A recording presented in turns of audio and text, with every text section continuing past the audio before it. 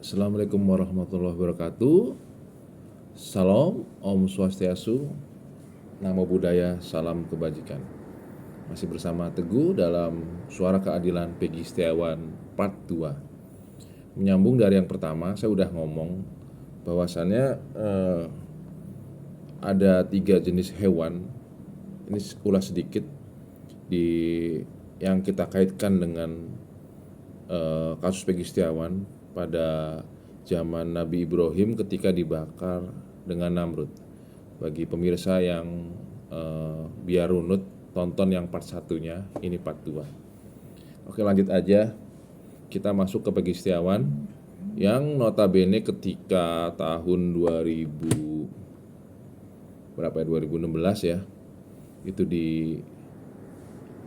motornya 2 unit, satu motor Smash dan satu motor Jupiter punya pamannya, di mana motor Smash ini rusak.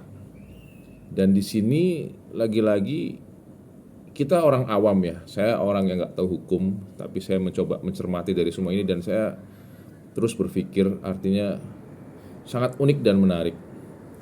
Artinya gini, pemirsa tahu kan tukang mendreng yang jualan panci, biasanya orang Tasik, maaf nih punten, orang Tasik tuh rajin-rajin, dia bawa panci, kompor, segala macam peralatan-peralatan dapur. Dia kreditin tuh, Fulan 5 kali cicilan. Dia bawa buku panjangnya itu ya, mana ya, buku panjang itu, buku kredit. Ibu bayar hari ini ya bu. Parap. Itu sekelas tukang kredit aja catatannya ada gitu loh. Ini sekelas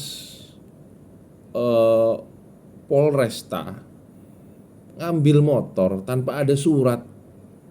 Saya kurang paham, Pak. Memang kan harusnya ada surat kan.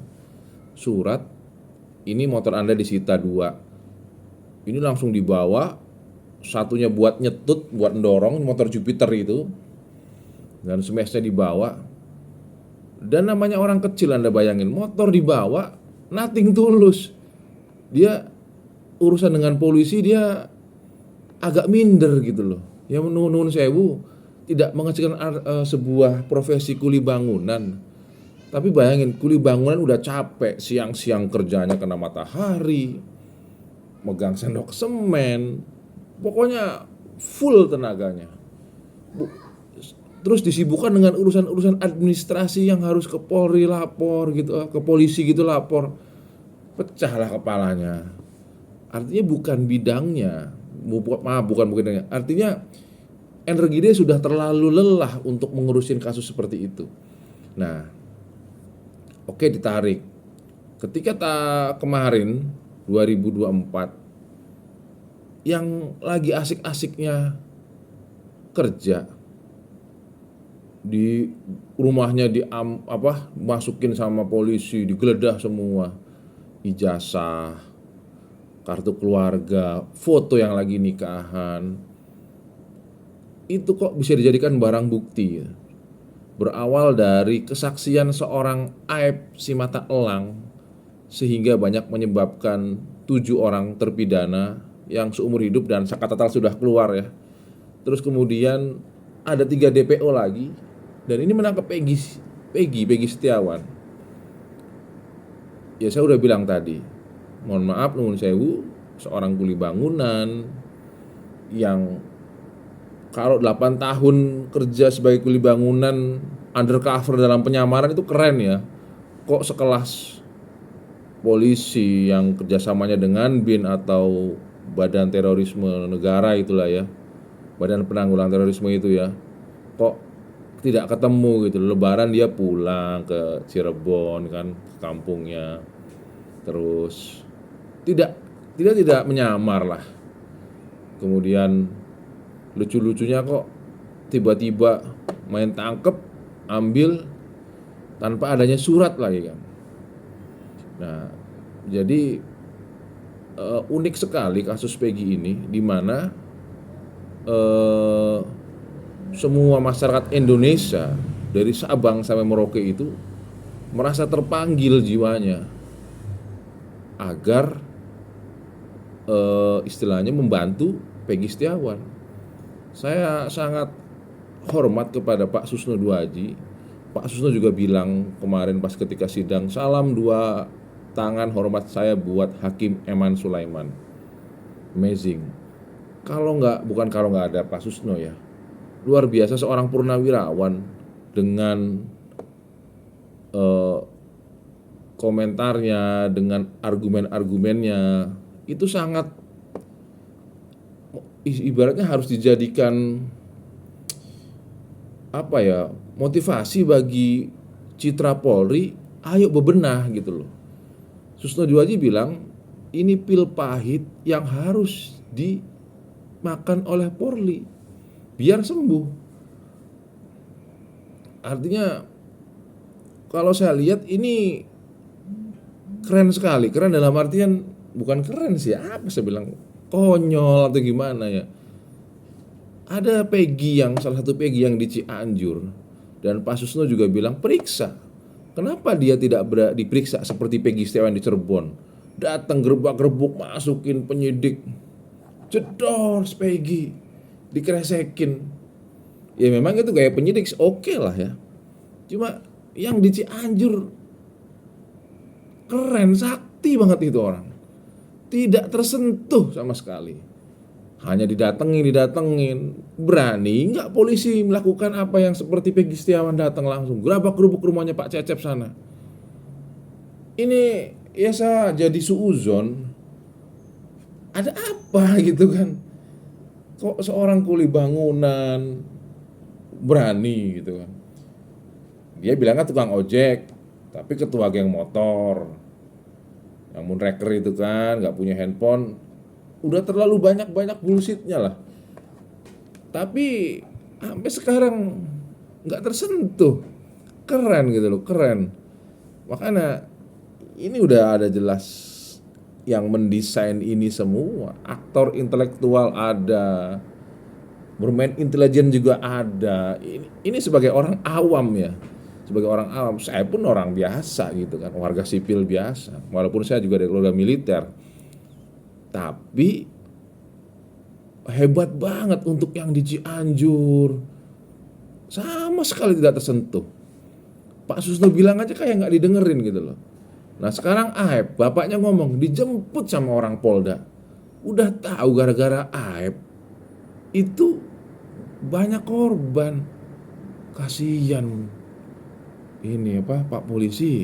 Saya cinta TNI dan Polri. Lembaga ini harus ditegakkan dengan seadil-adilnya. Kasihan mereka, Anda zolim namanya. Kuli bangunan ditangkep, digebukin, bahkan konon katanya masuk bersih keluar tatoan. Ini gimana ceritanya? Ibunya sampai ada yang jual rumah. Sekarang ada yang ibunya stres. Ya Allah, itu saya bukannya ustadz ya, tapi saya ini orang yang gak ngerti agama, cuma juga gak tega kalau berbuat seperti itu. Allahumma sholli ala Muhammad wa ala sayyidina Muhammad. Makanya saya bingung, ini nurani Anda di mana gitu kan.